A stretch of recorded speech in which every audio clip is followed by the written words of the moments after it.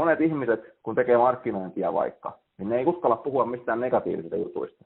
Ne ei uskalla puhua, aika hyvin harva uskalla, ne ei uskalla puhua asiakkaan peloista, mitkä on yleensä helvetin voimakkaita niin kuin syitä tehdä tai olla tekemättä. En luota suhun tai en uskalla tai pelkään, että jos mä tilaan niin mä epäonnistun kuitenkin, kun mä oon yrittänyt 10 eri viestiä ja niistä mikään ei toiminut ja tämmöisiä asioita. Ja niin kuin hyvin harva uskaltaa niin kuin sanoa niitä ääneen ja sitten just tavallaan ottaa niitä siihen mikä se viestin muoto sitten viesti ikinä onkaan. Niin uskaltaa ottaa niitä siihen niin kuin mennä tavallaan sinne pimeälle puolelle.